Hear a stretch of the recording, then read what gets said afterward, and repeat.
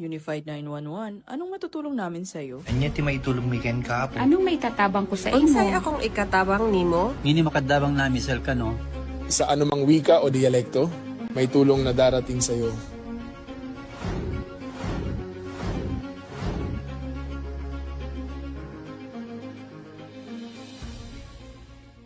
Lilingkod sa bawat Pilipino at magbibigay ng tamang impormasyon para sa tahimik at maayos na Pilipinas. Police News Network, alagad ng batas, tagapagtaguyod ng balitang pulis, sandigan ng mamamayan, patnubay ng katotohanan. La Campo Crame, maghahatid ng pinakahuling kaganapan at nagbabagang balita. Ito ang PNN Police News Network. At ngayon, ang inyong mga tagapagbalita. Magandang araw, bagong Pilipinas. Ako ang inyong alagad ng batas, tagataguyod ng Balitang Pulis. Ako po si Patrolwoman Sari Bernales. Maghahatid sa inyo ng tamang balita, kwento ng pulis at serbisyo para sa mamamayan. At ito ang PNP News Online, ang pangunahing balita ng Police News Network. Alagad ng batas, tagataguyod ng Balitang Pulis.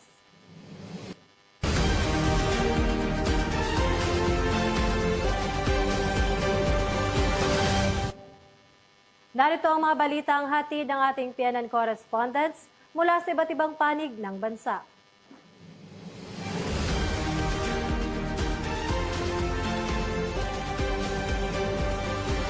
Muling umarangkada ang kampanya kontra ilegal na droga ng Camarines Sur Police Provincial Office matapos matagumpay na maaresto ang isang hinihinalang drug personality sa isinagawang buy-bust operation bandang alas 2:05 ng hapon nito lamang ikasyam ng Abril taong kasalukuyan sa zona sa East Barangay Karuiruyan, Pili, Camarines Sur.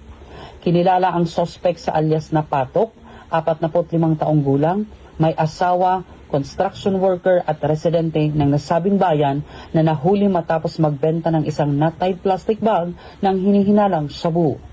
Isinagawa ang operasyon ng Pili Municipal Police Station, katuwang ang PDEA Albay bilang lead unit. Nakumpiska mula sa suspect ang tinatayang 50 gramo ng hinihinalang ilegal na droga na may street value na humigit kumulang 150,000 piso. Na-recover din ang buy-bust money na isang tunay na 1,000 peso bill na may kasamang budol money, isang maliit na pink na handbag at isang transparent plastic bag na ginamit sa transaksyon. Samantala, matagumpay rin na naaresto ang isang hinihinalang tulak ng ilegal na droga sa isinagawang buy-bust operation bandang alas 11:56 ng umaga sa parehong araw sa Zona 3, Barangay Sabang, Calabanga, Camarines Sur. Kinilala ang suspect sa alias na Bukol, 42 taong gulang, may asawa, laborer at residente ng nasabing bayan, na kabilang sa newly identified street level individual. Inaresto siya ng mga operatiba ng Municipal Drug Enforcement Unit, Calabanga, sa pagkikipag-ugnayan sa PDEA Regional Office 5 matapos mahuli sa aktong nagbebenta ng isang sachet ng hinihinalang shabu sa pusher buyer kapalit ng halagang 500 piso. Pinuri ni Police Colonel Virgilio O. Ulale Jr., Provincial Director ng Camarines Sur PPO, ang matagumpay na operasyon ng mga operatiba. Ayon sa kanya, ang pagkakasamsam ng malaking halaga ng ilegal na droga ay patunay ng mas pinaigting na kampanya laban sa ilegal na droga. Patuloy niyang hinihikayat ang publiko na makiisa at maging mapagmatsyag para sa ikabubuti ng lahat. Mula dito sa Camarines Sur Police Provincial Office, ang inyong PNN correspondents, Police Staff Sergeant Gerald A. Corporal.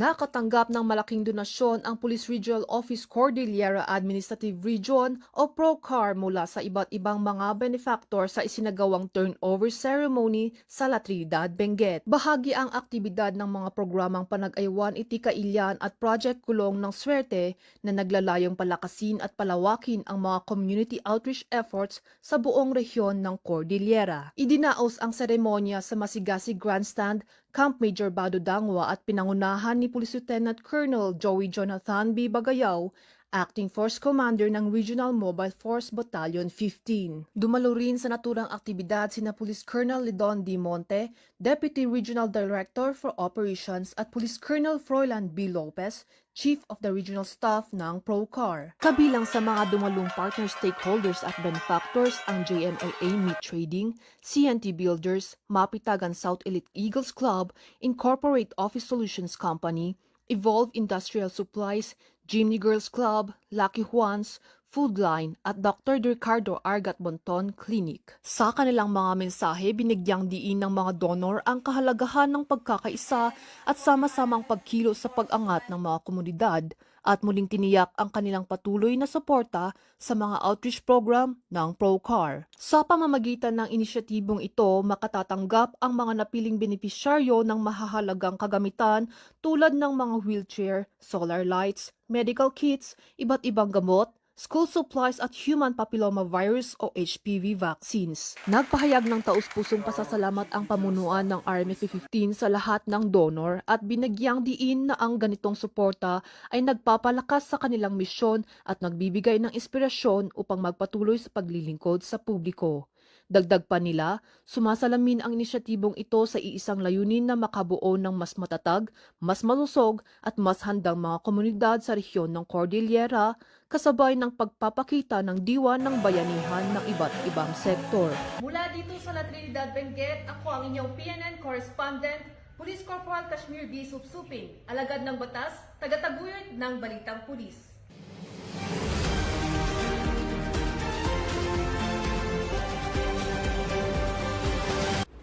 Umani ng papuri mula sa mga mamamayan ang patuloy na pagpapatupad ng libreng sakay program ng Baguio City Police Office. Layunin ng programa na makatulong sa mga commuter na nahihirapang makasakay ng pampublikong transportasyon sa gitna ng patuloy na pagtaas ng presyo ng langis at petrolyo. Bukod sa pagpapatrolya, minomonitor ng mga police stations at operating units ng BCPO ang sitwasyon sa mga sakayan, kabilang ang pagdami ng commuters at kakulangan ng pumapasadang pampublikong sasakyan. Kapag kinakailangan, ginagamit ang mga police mobile upang ihatid ang mga commuter at matiyak na makauuwi sila ng ligtas sa kanilang mga tahanan. Sa pakikipagtulungan ng lokal na pamahalaan ng Baguio at iba pang ahensya ng gobyerno, ipinatutupad ang libreng sakay program sa iba't ibang jeepney terminals sa loob ng Central Business District ng lungsod. Mula dito sa Baguio City, ako ang inyong PNN correspondent, Patrolwoman J. Agustin, alagad ng batas, tagataguyod ng Balitang Pulis.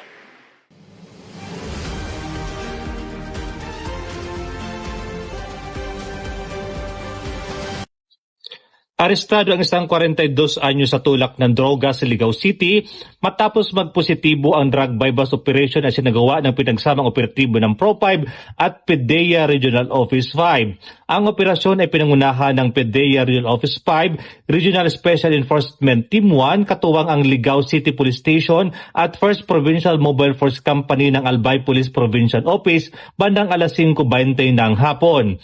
Kinilalang suspect na si alias Vin, residente ng Ligao City, Albay. Inaresto siya matapos makabili ng hinihinalang shabu ang isang police poser buyer. Nakumpiska mula sa kanyang pagmamayari ang tinatayang 20 gramo ng hinihinalang shabu na may kabuang halaga na humigit kumulang 136,000 pesos. Ang naarestong suspect at mga nakumpiskang ebidensya ay dinala sa PDEA Regional Office 5 para sa tamang disposisyon. Isinagawa ang paghalughog, inventaryo at pagmamarka ng mga ebidensya sa mismong lugar ng insidente sa presensya ng mga natakdang saksi alinsunod sa umiiral na pamamaraan.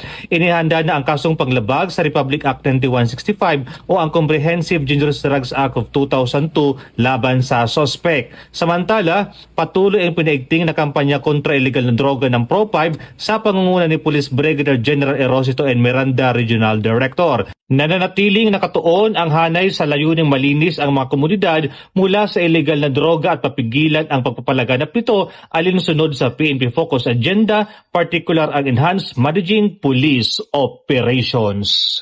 Mula dito sa Bicol Region, ako po si Police Staff Sergeant Mark Culito P. Lavendino Jr. Nag-uulat para sa Police News Network at ito ang bagong PNP para sa bagong Pilipinas. Serbisyong mabilis, tapat at nararamdaman.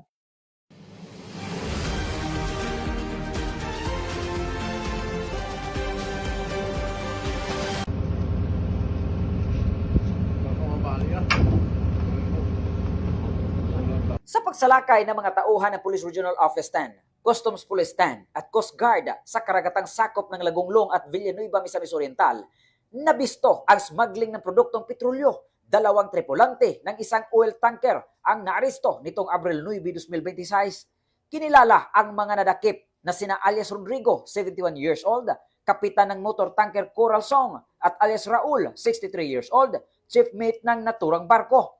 Sila ay naharap sa kasong paglabag sa Customs Modernization at Tariff Act. Nagsagawa ng Sea Patrol ang 10 of First Maneuvering Company, RMF Region 10, Lagonglong Municipal Police Station, Villanueva Municipal Police Station, First Provincial Mobile Force Company, Misamis Oriental, Regional Intelligence Division 10, Regional Maritime Unit 10, Bureau of Customs 10, and Philippine Coast Guard, Northern Mindanao District. Matapos makatanggap ng impormasyon hinggil sa isang hindi kilalang sasakyang pandagat na nakaangkla sa karagatan ng Lagonglong at umano'y nagdidispense ng diesel sa mga motorized bangka. Sa isinagawang verifikasyon na pag-alamang walang kaukulang marka at hindi nakipag-ugnayan ang barko sa Philippine Coast Guard at Bureau of Customs. Sa isinagawang boarding operation, kumuha ng sampol ang mga otoridad na kalaunay sinuri at lumabas na unmarked at hindi dumaan sa Bureau of Customs ang kargamento. Nabigo rin ang tripulante na magpakita ng mga kinakailangang dokumento ng barko at karga nito. Bandang alas 3:40 ng hapon, noong Abril 9, 2026, tuluyang inaristo ang 2 tripulante sa karagatan ng Villanueva kasabay ng pagkumpiska sa motor tanker Coral Song at tinatayang 300,000 litros ng diesel na nagkakahalaga ng humigit kumulang 41.1 milyon pesos. Kasalukuyang nasa kustodiya na ng Villanueva Municipal Police Station ang mga naaresto habang nasa pangangalaga ng Bureau of Customs Region 10 ang nasabat na barko. Patuloy namang isinagawa ang pagsusuri upang matukoy ang eksaktong dami ng kargamento. Mula dito sa Campo Alagar, ako po ang inyong Police News Network correspondent mula sa Regional Public Information Office ng Police Regional Office 10, Corporal Joel Lazaro Subsuban, alagad ng batas, tagataguyod ng balitang pulis.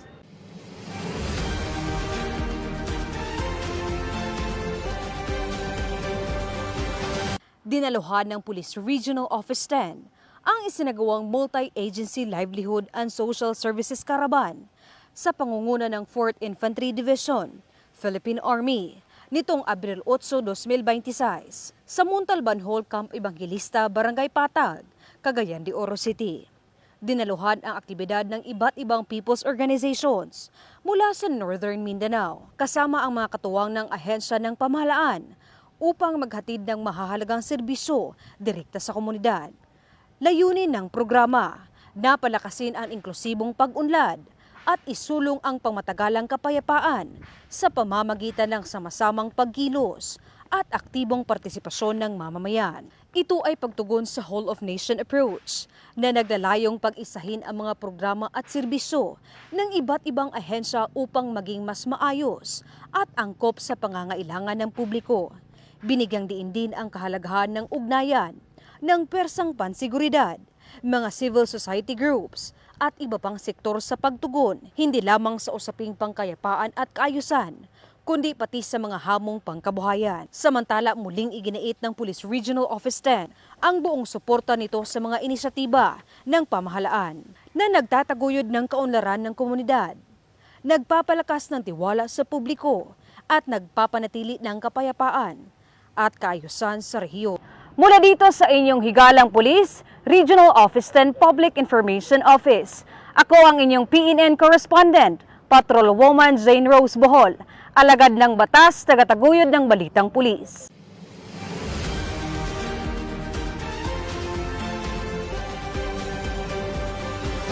Sa pangunguna ni Police Colonel Joey T. Goport, Chief of Police ng Caloocan City Police Station, katuwang ang mga opisyal ng barangay at force multiplier, isinagawa ang Oplan Galugad sa Barangay 132 Bagong Baryo, Caloocan City. bilang bahagi ng patuloy na kampanya laban sa kriminalidad at pagpapanatili ng kapayapaan at kaayusan sa komunidad. Layunin ng nasabing operasyon ang mas mahigpit na pagpapatupad ng mga patakaran sa kaligtasan ng publiko sa ilalim ng Safer Cities Initiatives na nakatuon laban sa pag-inom sa pampublikong lugar, paglabag sa curfew at iba pang umiiral na ordinansa ng lungsod. Sa ilalim ng operasyon, nagsagawa ng pag-iikot at police visibility patrol sa mga pangunahing lansangan, pampublikong lugar at mga natukoy na crime-prone areas. Layunin nitong mapalakas ang presensya ng pulisya at agarang makaresponde sa anumang posibleng insidente ng krimen at kaguluhan sa lugar. Kasabay nito, nagsagawa rin ng pag-iinspeksyon sa mga kahinahinalang individual at mahigpit na pagbabantay sa mga mataong lugar. Nakipag-ugnayan din ang mga kapulisan sa mga opisyal ng barangay upang higit pang mapatatag ang seguridad sa nasasakupan. Samantala, ilang residente ang nahuli dahil sa paglabag sa umiiral na city ordinance ng lungsod at agad inisyuhan ng kaukulang citation ticket bilang bahagi ng mahigpit na pagpapatupad ng batas at pagpapalakas ng disiplina sa komunidad. Naging positibo rin ang naging pahayag ng punong barangay at ilang residente na nagpahayag ng suporta sa naturang operasyon. Definitely, magandang hakbang ito ng PNP, no, sa pangunguna ng ating Interior Local Government Secretary, no, at mga kapulisan natin. Siyempre, kikita ng mga tao na seryoso ang mga kapulisan sa ginagawa nating curfew, sa mga pagsisita, sa mga umiinom sa kalsada. Siyempre, ganun din yung mga ating residente, magkakaroon sila ng peace of mind dahil kumikilos ang barangay at ang kapulisan para sa ganitong mga aktibidades. Nagustuhan ko po yung operation ninyo para sa katahimikan po ng barangay, iwas gulo. At saka tama naman po yung pagdisiplina. At saka para maiwasan lahat ng kaguluhan dito sa buong barangay nito kasi pag maraming tambay, maraming gulo, tama lang po ang ginagawa niyo po. Sa kabuuan, naging maayos at pampayapa ang isinagawang operasyon at wala namang naitalang untoward incident. Patuloy ang PNP sa pagsasagawa ng ganitong aktibidad upang matiyak ang kaligtasan ng publiko at maiwasan ang anumang banta ng krimen sa komunidad. Bagong PNP para sa bagong Pilipinas. Serbisyong mabilis, tapat at nararamdaman. Mula rito sa Barangay 132, Caloocan City, ako ang inyong PNN correspondent, Police Corporal Patrick M. Flor, alagad ng batas, tagataguyod ng Balitang Pulis.